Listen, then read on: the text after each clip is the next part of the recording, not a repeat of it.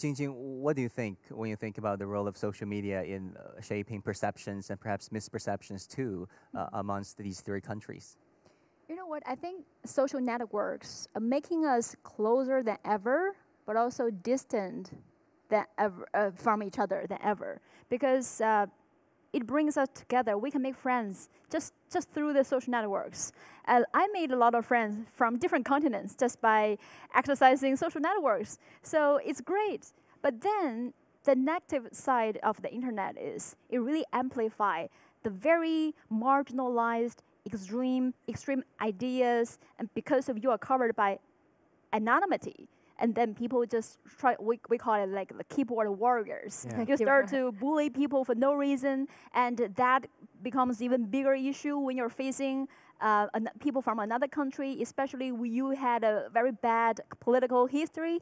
But then I also want to point out, because sometimes when people show another side of themselves on the internet, and even someone will express very extreme ideas, views on Twitter, for example. Twitter, we call it like one of the worst places on the internet.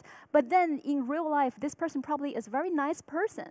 But so nothing, no internet, no social networks can replace the human-to-human interactions. So even though this person, you probably don't like her online or don't like him or her online, but still you need to get in touch with this person, have face-to-face communication. You will see the other side of this person, because none of us are just one-sided. We are very complex as humans. Jayon from South Korea, what do you think?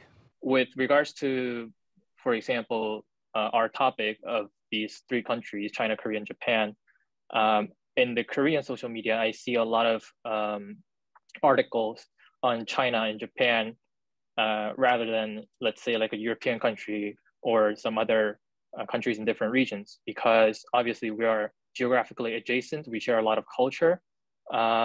So these countries, China and Japan, gets much more coverage than other countries in Korean social media. And I think that should be the case in the two respective countries as well. Now, there's another issue, Huiyao, that is, the nationalism, narrow-minded nationalism. When you focus on the negative side of another country, another people, you tend to think negatively about each other.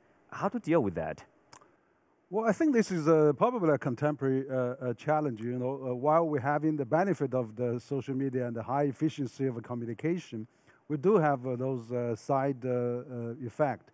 So what I think is now, maybe all the countries have realized now we probably have to do a bit more regulating. Maybe we should really fight the fake news circulating on social media. Internationally, all the government has realized that and starting to do that gradually. But I do think social media is a positive forces if we really use it well, and also of course we can.